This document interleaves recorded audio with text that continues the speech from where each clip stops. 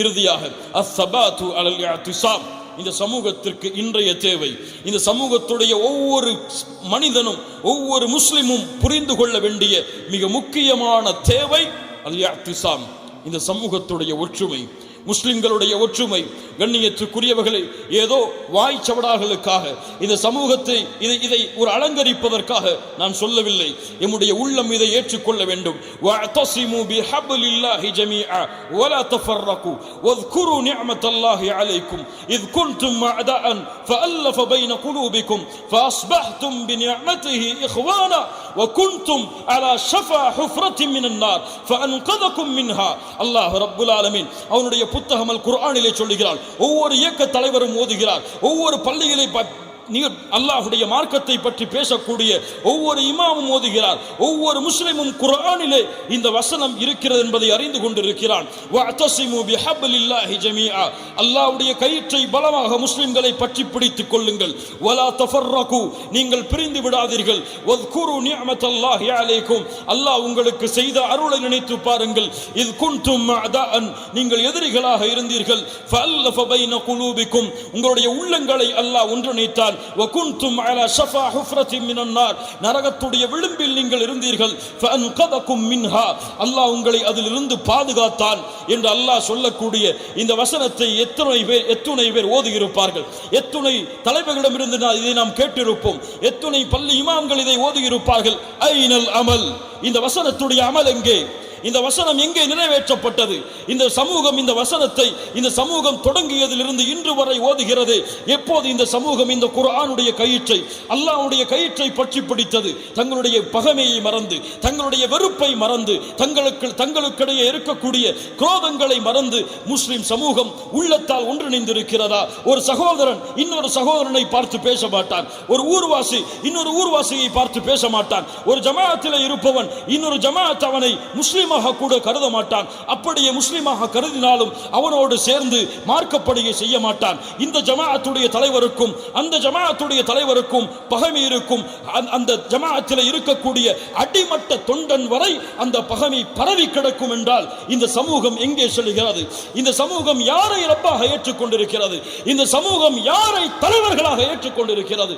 அல்லாஹ்வுடைய தூதரை ஏற்றுக்கொண்டிருந்தால், குர்ஆனை ஏற்றுக்கொண்டிருந்தால், அல்லாஹ்வுடைய மார்க்கத்தை தன்னுடைய வழியாக ஏற்றுக்கொண்டிருந்தால், தன்னை பின்பற்றக்கூடிய, தன்னை வழிநடத்தக்கூடிய தலைவன் பகைத்தால் என்ன, தன் ஊர் பகைத்தால் என்ன, தன் குடும்பம் பகைத்தால் என்ன, என் உள்ளம் பகைத்தால் என்ன, அவனின் முஃமின், லா இலாஹ இல்லல்லாஹ்வை சொல்லக்கூடியவன், முஹம்மது ரசூலுல்லாஹ்வை அங்கீகரிக்கக்கூடியவன். அவனுக்கு கஷ்டம் என்றால் எனக்கு கஷ்டம், அவனுக்கு துன்பம் என்றால் எனக்கு துன்பம். அவன் எந்த ஊரிலே இருக்கட்டும், எந்த ஜமாஅத்தை பின்பற்றட்டும், எந்த இயக்கத்திலே இருக்கட்டும், எந்த இயக்கத்தோடு தன்னுடைய பெயரை வைத்திருக்கட்டும், ஆனால் அவன் முஸ்லிம், அவன் சீர்பட வேண்டும் என்று விரும்புகிறேன்.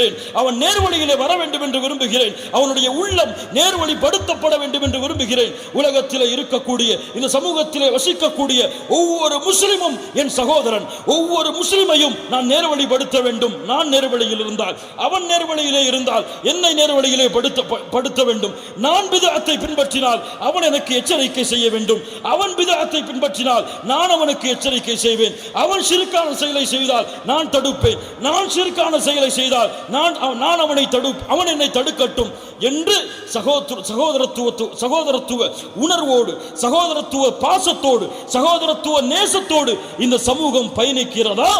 அல்லது வெறுப்போடு, பகைமையோடு, குரோதத்தோடு, பகைமை வெறுப்போடு இந்த சமூகத்துடைய தலைவர்களும் இந்த சமூகத்துடைய அழைப்பாளர்களும் இல்ல மாஷா அல்லாஹ், அல்லாஹ் பாதுகாத்தவர்களை தவிர தங்களுடைய மார்க்கத்துடைய பணிகளை, தங்களுடைய சமூகத்துடைய பணிகளை செய்து கொண்டிருக்கிறார்களா?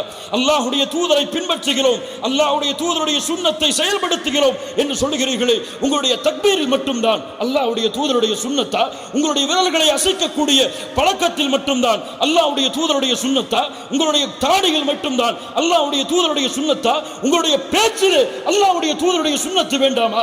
உங்களுடைய சகோதரனை நீங்கள் நேர்வழிப்படுத்துவதற்கு அல்லாஹ்வுடைய தூதருடைய சுன்னத்து வேண்டாமா? நீங்கள் ஃபேஸ்புக்கில் எழுதக்கூடிய வார்த்தைகள், நீங்கள் மேடைகளிலே பேசக்கூடிய வார்த்தைகள், முஸ்லிம் சமூகம் சிந்திக்கட்டும்.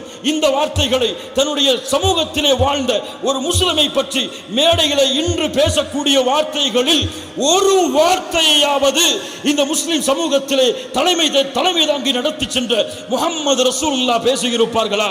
அந்த சஹாபா அவர்களை பின்பற்றிய சஹாபாக்கள் பேசியிருப்பார்களா? ஒருவனை வழிகேடன் என்று, ஒருவனை மதம் மாறியவன் என்று, ஒருவனை முஷ்ரிக் என்று, ஒருவரை காஃபிர் என்று, அவன் இந்த பழக்கத்தில் இருந்தவன், அவன் அந்த பழக்கத்தில் இருந்தவன், அவன் அந்த பெண்ணோடு தொடர்பு கொண்டவன், இவன் இந்த பெண்ணோடு தொடர்பு கொண்டவன், அவன் இவ்வளவு சொத்துக்களை சூறையாடியவன், இப்படி சமூகத்திற்கு துரோகம் செய்தவன் என்று முஸ்லிம்களே இந்த உலக சமூகத்திற்கு எதிரிகளாக மாற்றி இருப்பார்களா? இதிலே எங்கே சென்றது சுன்னா? இதிலே எங்கே சென்றது சுன்னா?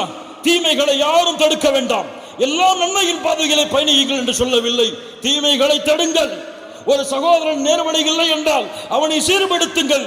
ஒரு சகோதரனுடைய செயல் உங்களுக்கு பிடிக்கவில்லை என்றால் அவனை சீர்படுத்துவதற்கு உங்களால் ஆன முயற்சியை செய்யுங்கள். ஒழுக்கம் வேண்டாமா? பண்பு வேண்டாமா? குணம் வேண்டாமா? அல்லாஹ்வுடைய தூதருடைய வழிமுறை வேண்டாமா? அபூபக்கருடைய குணம் உங்களுடைய வாழ்வில் உண்டா?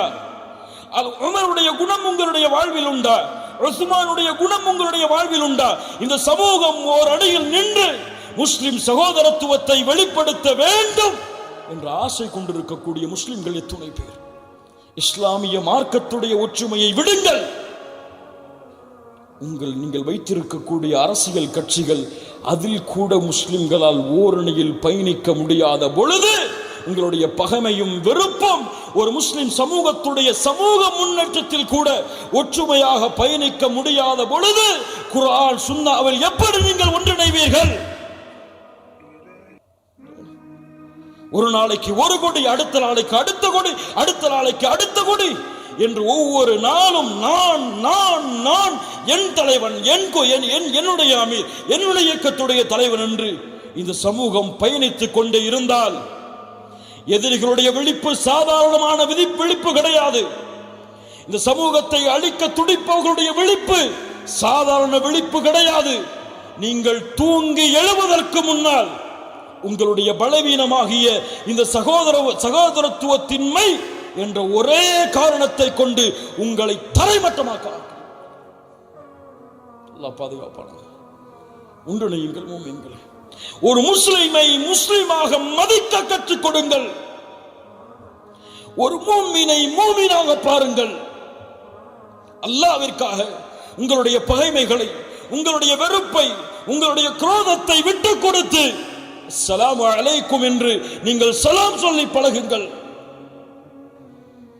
இங்கே வந்திருக்கக்கூடிய எல்லோரும் இந்த உறுதியை ஏற்றுக்கொள்வோம்.